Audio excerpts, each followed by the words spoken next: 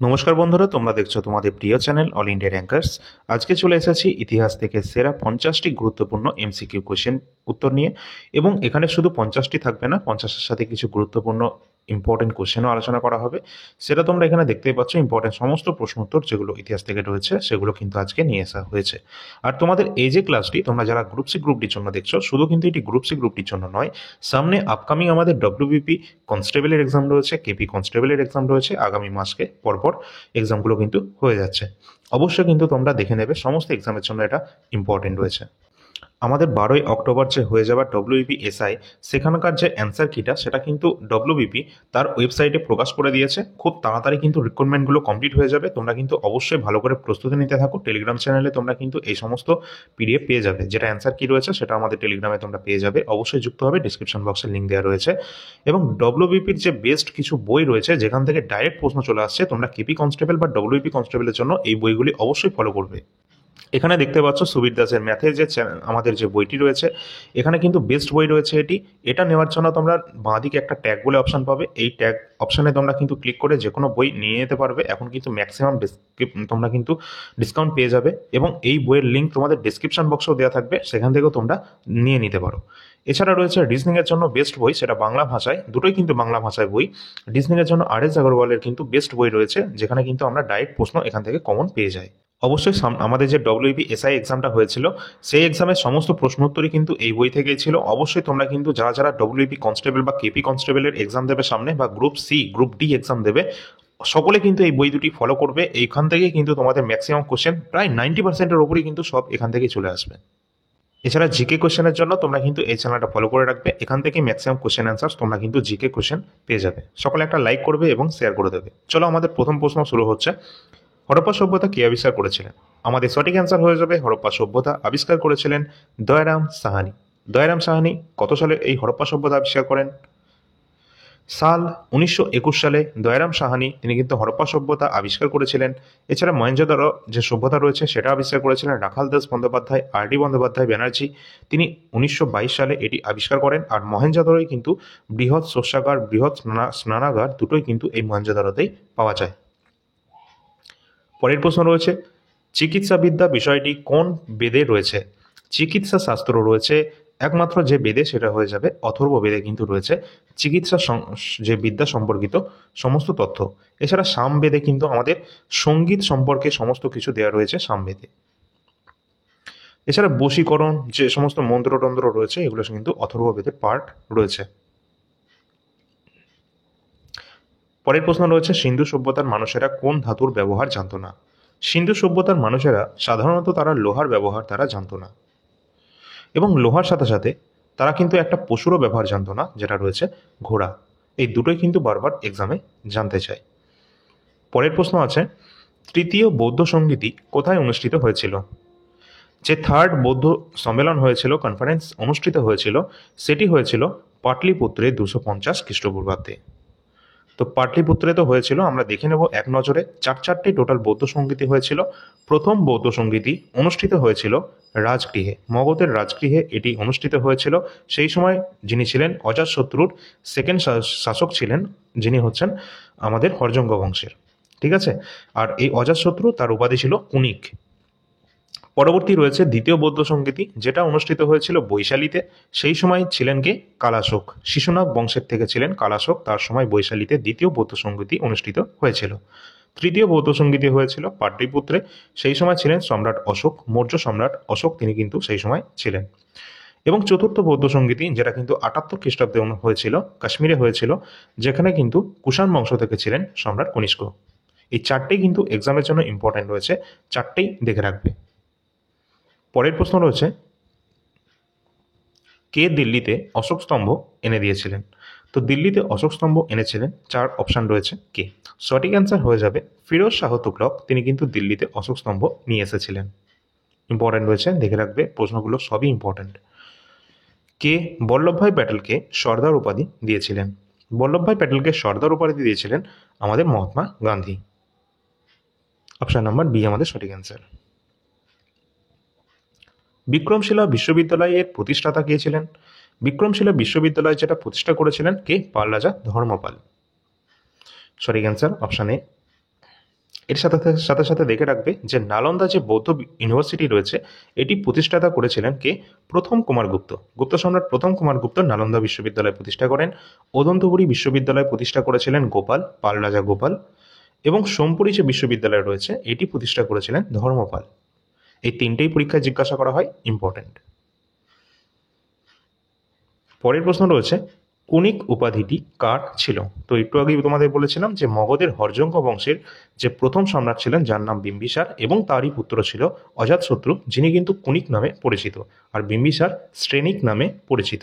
এই দুটোই চলে আসে। পরের প্রশ্ন আছে,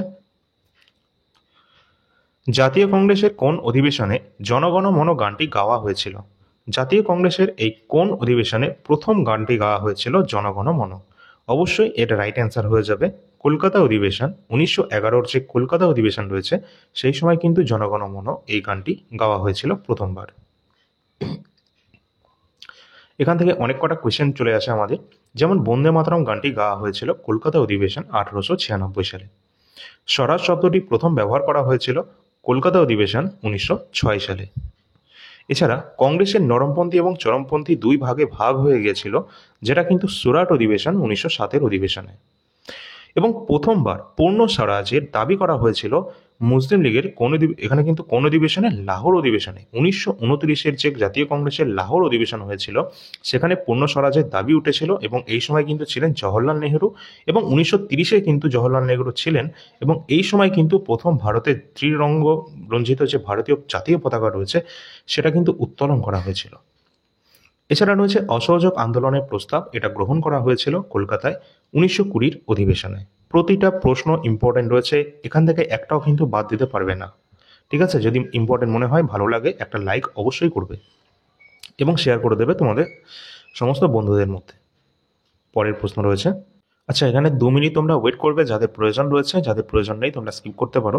এখানে জানুয়ারি থেকে সেপ্টেম্বর 2025 কারেন্ট অ্যাফেয়ার্স আমাদের কাছে অ্যাভেলেবেল রয়েছে। যাদের প্রয়োজন রয়েছে তোমরা এই নাম্বারে যোগাযোগ করবে, এবং এই নাম্বারের লিঙ্ক ভিডিও ডিসক্রিপশন বক্সে এবং কমেন্ট সেকশনে দেওয়া থাকবে।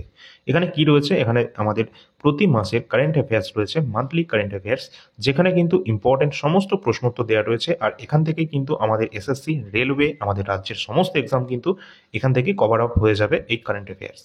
প্রতি মাসে 450 কাছাকাছি নাম্বার অফ কোশ্চেন রয়েছে, বাংলা ভাষাতে রয়েছে, ইম্পর্টেন্ট প্রশ্ন রয়েছে সবই, কোনোটা বাদ দেবার মতো নয়। তোমরা প্রথমটাই দেখতে পাচ্ছ যে ভারতের কানাডার নতুন হাই কমিশনার হিসাবে রয়েছেন দীনেশ কে পটনায়ক, ইম্পর্টেন্ট রয়েছে। এছাড়া এখানে আমরা দেখতে পাচ্ছি জাতীয় ক্রীড়া দিবস, যেটা কিন্তু 29 আগস্ট সম্প্রতি পালিত হয়েছে।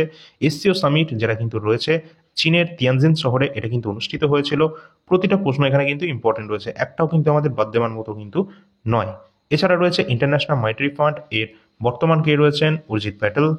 এবং প্রতিটা প্রশ্ন তোমরা দেখে নেবে, ঠিক আছে, ইম্পর্টেন্ট রয়েছে। সুতরাং তোমরা কিন্তু যে কোনো মাসের কারেন্ট অ্যাফেয়ার্স নিতে পারো, যে কোনো মাসের জন্য তোমাদের 20 টাকা পেমেন্ট করতে হবে। টোটাল জানুয়ারি থেকে সেপ্টেম্বর পর্যন্ত যে কোনো মাসের তোমরা এখন নিতে পারো। এছাড়া 2024 কারেন্ট অ্যাফেয়ার্সের জন্য তোমরা পড়তে পারো, আমাদের টোটাল 1200 কোয়েশ্চেন রয়েছে, তার সাথে রয়েছে 50টা পেজের জিস্ট, যেটা এখানে তোমরা দেখতে পাচ্ছ।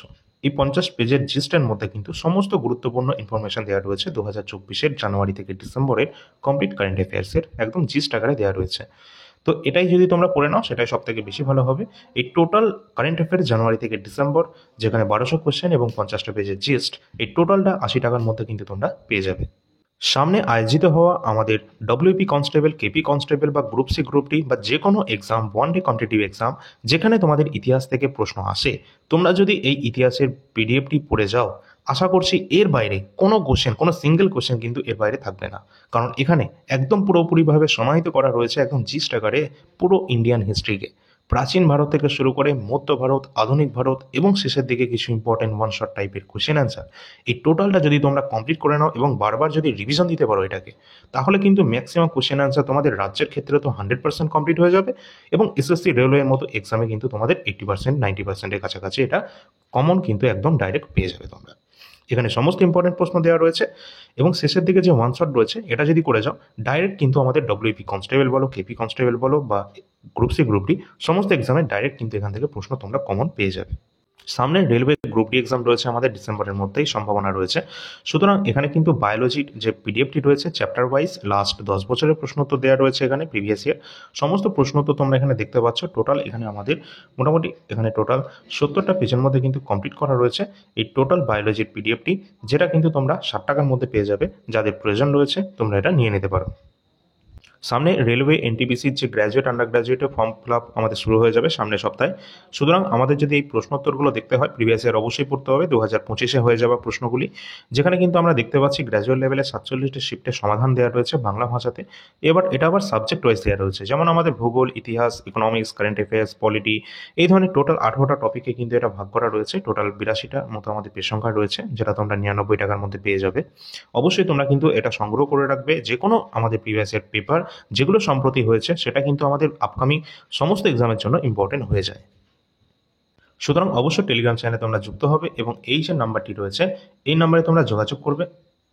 এখানে কিন্তু সমস্ত তোমরা যে আমাদের পিডিএফগুলো রয়েছে সেগুলো সম্পর্কে ডেমো পিডিএফ দেখতে পারবে বা এগুলো সম্পর্কে সমস্ত কিছু জানতে পারবে।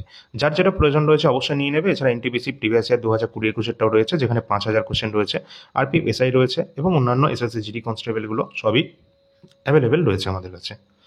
প্রয়োজন মতো তোমরা নিয়ে নেবে। পরবর্তী আমাদের প্রশ্ন রয়েছে খালসা শব্দের অর্থ কি রয়েছে। সঠিক অ্যান্সার হয়ে যাবে খালসা শব্দের অর্থ রয়েছে পবিত্র। আর এই খালসা এটা কে প্রতিষ্ঠা করেছিলেন, অবশ্যই সঠিক অ্যান্সার হয়ে যাবে গুরু গোবিন্দ সিংহ। এই খালসা তিনি কিন্তু প্রতিষ্ঠা করেছিলেন এবং বুদ্ধ শব্দের অর্থ কিন্তু জ্ঞানী। পরবর্তী প্রশ্ন আছে সিইউকি এই গ্রন্থটি কোন ঐতিহাসিকের লেখা। তো সঠিক অ্যান্সার হয়ে যাবে সিইউকি, যেটা কিন্তু হিউয়েন সাংয়ের লেখা রয়েছে। আর হিউয়েন সাং কার সময় ভারতে এসেছিলেন? হিউয়েন সাং হর্ষবর্ধনের সময় তিনি কিন্তু ভারতে এসেছিলেন। কে কার সময় ভারতে এসেছিলেন এটা কিন্তু দেখে রাখবে। পরের প্রশ্ন পানিপথের দ্বিতীয় যুদ্ধ এটি কবে হয়েছিল? পানিপথের দ্বিতীয় যুদ্ধ হয়েছিল 1556 খ্রিস্টাব্দে। অবশ্যই কিন্তু পানিপথের প্রথম যুদ্ধ হয়েছিল 1526-এ, সেটাও দেখে রাখবে। পানিপথের তিনটে যুদ্ধ হয়েছিল, তিনটেই দেখবে। প্রথম পানিপথের যুদ্ধ 1526, বাবর এবং ইব্রাহিম লোদির মধ্যে এটি সংগঠিত হয়েছিল। এখানে যুদ্ধে জয়ী হয়েছিল বাবর। আর এই যুদ্ধে কিন্তু বাবর প্রথম কিন্তু আগ্নেয়াস্ত্র ব্যবহার করেছিল। এটাও পরীক্ষায় কিন্তু চলে এসেছে যে বাবর নিচের কোন যুদ্ধে প্রথম আগ্নেয়াস্ত্র ব্যবহার করেছিল, যেটা পানিপথের প্রথম যুদ্ধে। পানিপথের তৃতীয় যুদ্ধ যেটা কিন্তু 1761-তে হয়েছিল, যেখানে আহমেদ শাহ আবদালি এবং যে মারাঠাদের মধ্যে এটা কিন্তু হয়েছিল, যেখানে আহমেদ শাহ আবদালি জয়লাভ করেছিল। এবং দ্বিতীয়টা হয়েছিল 1556-তে। পরের প্রশ্ন অজন্তা এবং ইলোরার যে স্থাপত্যটি কোন আমলে নির্মিত হয়েছে। তো অজন্তা ইলোরা যে গুহার যে স্থাপত্যগুলো রয়েছে এগুলি কিন্তু আমাদের গুপ্ত যুগে নির্মাণ করা হয়েছিল। পরের প্রশ্ন আছে বেসিনের সন্ধি কবে স্বাক্ষরিত হয়েছিল। সঠিক অ্যান্সার হয়ে যাবে বেসিনের সন্ধি এটি 1802 সালে এটি স্বাক্ষরিত হয়। গুরুত্বপূর্ণ সন্ধিগুলি রয়েছে, যেমন লাহোরের সন্ধি 1846 সালে হয়েছিল, অমৃতসরের সন্ধি 1809 সালে, লখনৌয়ের চুক্তি 1916-তে, সলওয়াইয়ের সন্ধি যেটা 1782-তে হয়েছিল এবং আলীনগরের সন্ধি হয়েছিল 1757-তে। সমস্ত গুরুত্বপূর্ণ সন্ধিগুলো দেখে রাখবে। পরের প্রশ্ন রয়েছে পলাশির যুদ্ধ কবে সংঘটিত হয়েছিল। পলাশির যুদ্ধ হয়েছিল সিরাজউদ্দৌলা এবং ইংরেজদের মধ্যে, যেটা 1757 সালে 23শে জুন এই আমাদের পলাশির যুদ্ধটা কিন্তু সংঘটিত হয়েছিল। একদম তারিখটা তোমরা দেখে রাখবে। বক্সারের যুদ্ধ হয়েছিল 1764-তে। পরের প্রশ্ন বেঙ্গল গ্যাজেটের সংবাদপত্রের সম্পাদক কে ছিলেন। অবশ্যই ইম্পর্টেন্ট। তো আমাদের সঠিক অ্যান্সার হয়ে যাবে জেমস অগাস্টাস হিকি। হিকির যে আমাদের বেঙ্গল গ্যাজেট ইনি কিন্তু সম্পাদক ছিলেন এই বেঙ্গল গ্যাজেটের। পরবর্তী যে সমস্ত সম্পাদক রয়েছেন গুরুত্বপূর্ণ সংবাদপত্রের, প্রথমে রয়েছে সংবাদ কৌমুদী, এর সম্পাদক রয়েছেন রামমোহন রায়। হিন্দু প্যাট্রিয়টের সম্পাদক হরিশচন্দ্র মুখোপাধ্যায়। দ্য বেঙ্গলি পত্রিকার সম্পাদক রয়েছেন সুরেন্দ্রনাথ ব্যানার্জি। কিশোরী পত্রিকার সম্পাদক রয়েছেন বালগঙ্গাধর তিলক। এই সবকটাই ইম্পর্টেন্ট, বারবার কিন্তু এগুলোই পরীক্ষায় চলে আসে। সকলে কিন্তু ভালো লাগলে একটা লাইক করবে এবং শেয়ার করে দেবে, আর সকলে একটা করে হাইপও করে দেবে। ভারতের প্রথম ভাইসরয় কে ছিলেন। সঠিক অ্যান্সার হয়ে যাবে ভারতের প্রথম ভাইসরয় ছিলেন লর্ড ক্যানিং এবং এর সময় কিন্তু সিপাহী বিদ্রোহ অনুষ্ঠিত হয়েছিল। পরের প্রশ্ন এশিয়াটিক সোসাইটির প্রতিষ্ঠাতা কে ছিলেন। এশিয়াটিক সোসাইটির প্রতিষ্ঠাতা ছিলেন স্যার উইলিয়াম জোন্স। কত সালে প্রতিষ্ঠা করেছিলেন? 1784-তে। পরে রয়েছে তত্ত্ববোধিনী সভার প্রতিষ্ঠা কে করেছিলেন? দেবেন্দ্রনাথ ঠাকুর করেছিলেন। প্রার্থনা সমাজের প্রতিষ্ঠাতা করেছিলেন আত্মারাম পাণ্ডুরঙ্গ, মহারাষ্ট্রে। এছাড়া রয়েছে আর্য সমাজের প্রতিষ্ঠাতা স্বামী দয়ানন্দ সরস্বতী। সত্যশোধক সমাজের প্রতিষ্ঠাতা রয়েছেন জ্যোতিরাও ফুলে। এছাড়া রয়েছেন রামকৃষ্ণ মিশনের প্রতিষ্ঠাতা স্বামী বিবেকানন্দ। পরের প্রশ্ন আছে, কাকোরি ষড়যন্ত্র মামলা এটি কবে স্বাক্ষরিত হয়েছিল? অবশ্যই কিন্তু রাইট অ্যান্সার হয়ে যাবে 1925-এ। কাকোরি যে ট্রেন্স কনস্পিরেসি যেটা কিন্তু অনুষ্ঠিত হয়েছিল, এটা কিন্তু অবশ্যই 1925-এ, তারিখটা দেখে রাখবে। পরের প্রশ্ন, অষ্টাধ্যায়ী গ্রন্থের রচয়িতা কে রয়েছেন? অষ্টাধ্যায়ী গ্রন্থের রচয়িতা রয়েছেন পাণিনি। আচ্ছা, গুরুত্বপূর্ণ কিছু প্রাচীন পুঁথি রয়েছে, যেমন নাট্যশাস্ত্র কিন্তু ভরত মুনির এটি লেখা। এছাড়া দান সাগর, অদ্ভুত সাগর, এটা কিন্তু বল্লাল সেনের রয়েছে। সূর্য সিদ্ধান্ত, আর্য সিদ্ধান্ত, এগুলি রয়েছে আর্যভট্টের। পরবর্তী গুরুত্বপূর্ণ গ্রন্থের মধ্যে রয়েছে রত্নাবলী, প্রিয়দর্শিকা এবং নাগানন্দ, এই তিনটেই কিন্তু হর্ষবর্ধনের লেখা। এছাড়া কালিদাসের রয়েছে অভিজ্ঞান শকুন্তলম, মালগীপাগ্নিমিত্রম, রঘুবংশম, কুমার সম্ভবম, এগুলো সবই কালিদাসের। এছাড়া চরকের রয়েছে চরক সংহিতা, এবং কবি জয়দেব তিনি কিন্তু গীত গোবিন্দের রচয়িতা রয়েছেন। আর কবি জয়দেব কিন্তু লক্ষণ সেনের সভাকবিও ছিলেন। আর তোমাদের একটা কথা বলতে ভুলে গেছিলাম, যেটা হচ্ছে কারেন্ট অ্যাফেয়ার্সের যে পিডিএফ রয়েছে, তোমাদের যাদের প্রয়োজন রয়েছে তোমরা নিয়েই নেবে, এবং যারা নিতে পারছো না তাদের জন্য কিন্তু আমরা অলরেডি ফ্রিতে ক্লাস করাচ্ছি আমাদের চ্যানেলে। তোমরা কিন্তু দেখবে যে অ্যাপয়েন্টমেন্ট থেকে একটা ক্লাস করিয়েছিলাম, সেখান থেকে একটা থেকে দুটো প্রশ্ন প্রতিটা এক্সামে চলে আসবে ওখান থেকে। এছাড়া অন্যান্য যে গুরুত্বপূর্ণ আমরা ক্লাসও করিয়েছি সেগুলো দেখে রাখবে, এবং আপকামিং যে সমস্ত আমাদের কারেন্ট অ্যাফেয়ার্সগুলো আসতে চলেছে সেগুলো সমস্ত এক্সামের জন্য ইম্পর্টেন্ট। যেমন সাম্প্রতিককালে যে সমস্ত গুরুত্বপূর্ণ ঘটনাবলী রয়েছে, যেমন গুরুত্বপূর্ণ পুরস্কার সম্মান যারা যারা পাচ্ছেন, কোন কোন ব্যক্তি পাচ্ছেন কোন কোন ফিল্ডে, সেই সম্পর্কিত একটা ক্লাস আসতে চলেছে, অবশ্যই তোমরা দেখবে। আর এখানকার যে ক্লাসটা চলছে সেটা কিন্তু সামনে যারা গ্রুপ সি গ্রুপ ডি দেবে, সামনে যারা ডব্লিউপি কেপি কনস্টেবলের এক্সাম দেবে, তোমাদের সকলের জন্য কিন্তু এই একটাই ক্লাস কিন্তু ইম্পর্টেন্ট। ঠিক আছে, তোমাদের সেম সিলেবাসই কিন্তু রয়েছে। আচ্ছা, পরের প্রশ্ন রয়েছে, কার শাসনকালে সাঁচি স্তূপ এটি নির্মাণ করা হয়েছিল?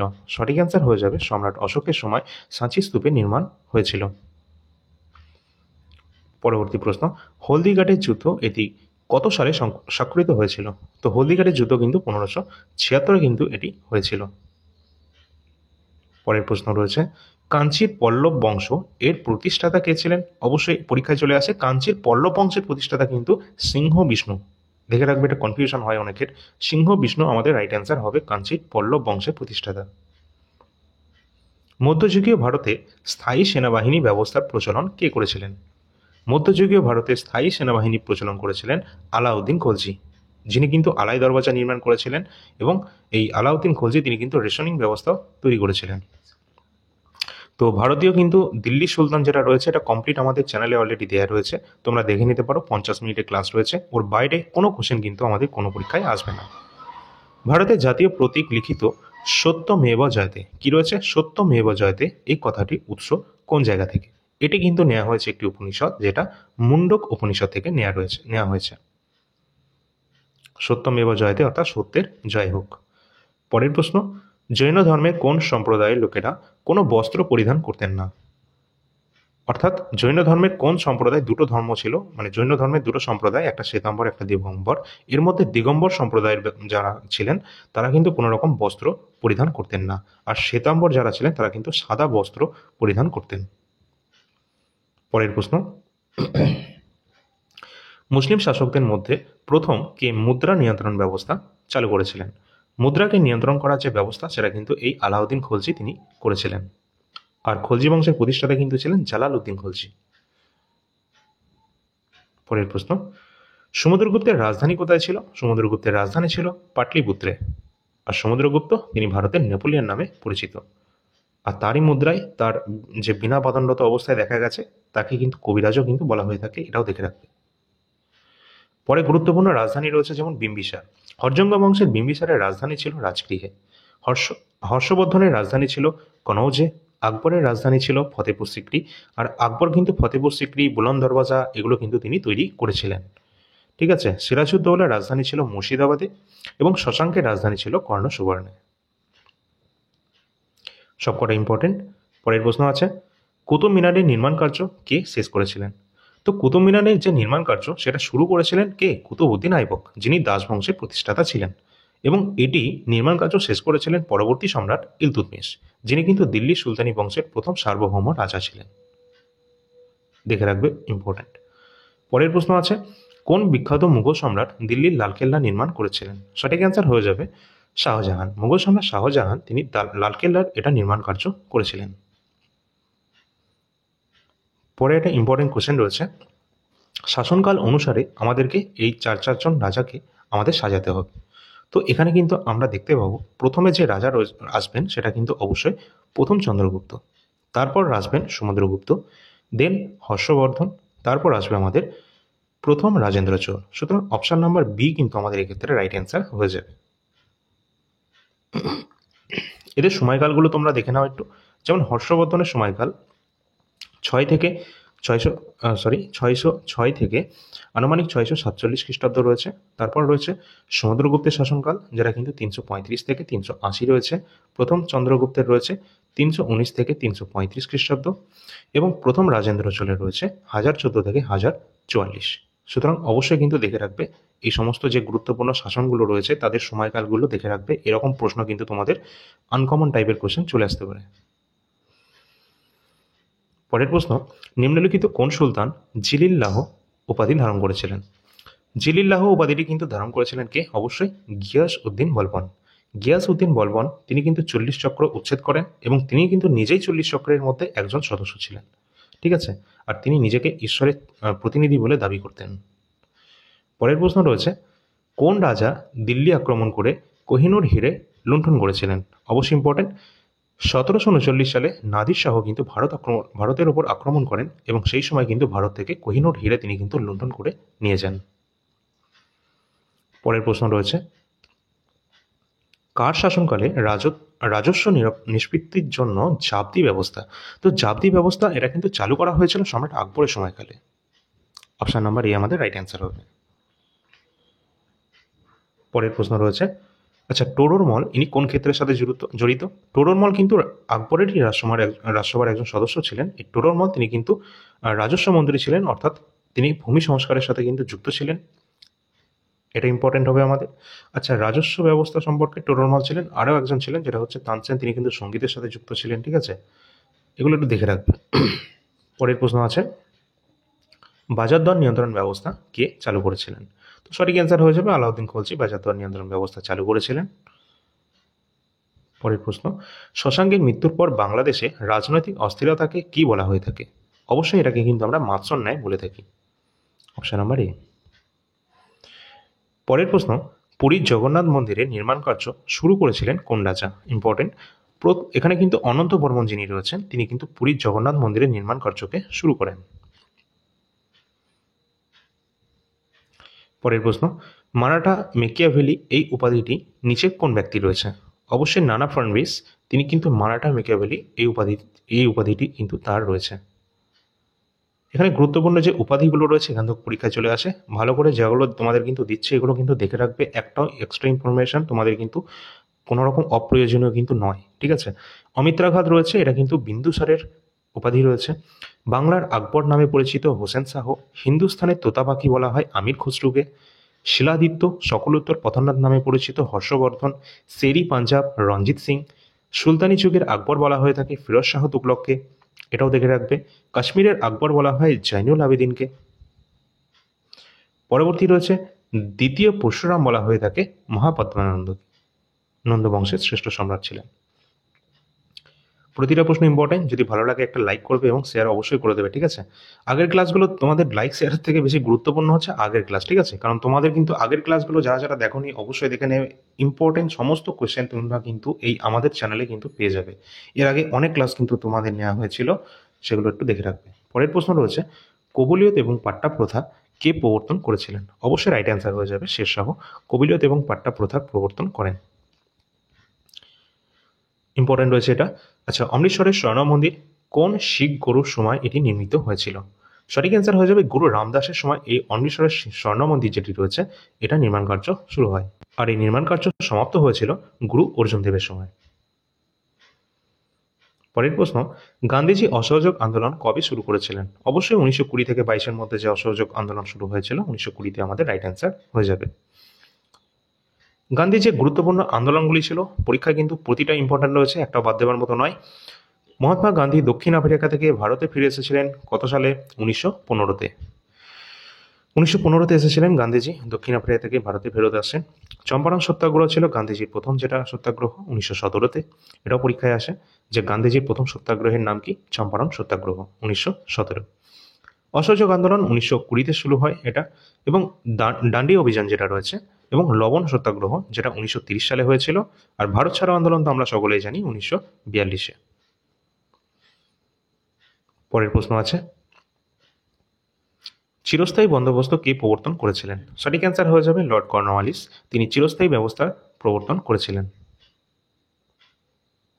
1793 সালে চিরস্থায়ী বন্দোবস্ত প্রবর্তন করেছিলেন লর্ড কর্নওয়ালিস, এবং সত্য বিলোপ নীতি প্রবর্তন করেছিলেন লর্ড ডালহৌসি। লর্ড ডালহৌসি সত্য বিলোপ নীতির মাধ্যমে সাতারা, সম্বলপুর, উদয়পুর এই সমস্ত রাজ্য গ্রাস করেছিলেন, এবং লর্ড ডালহৌসি কিন্তু ভারতের রেলপথের জনকও ছিলেন, যার সময় 1853-তে প্রথম রেলপথ শুরু হয়েছিল। কোথা থেকে? বোম্বে থেকে থানে। পরের প্রশ্ন রয়েছে, কে মিয়াকি মাল্লার রাগ এটি সৃষ্টি করেছিলেন? সঠিক অ্যান্সার হয়ে যাবে তানসেন।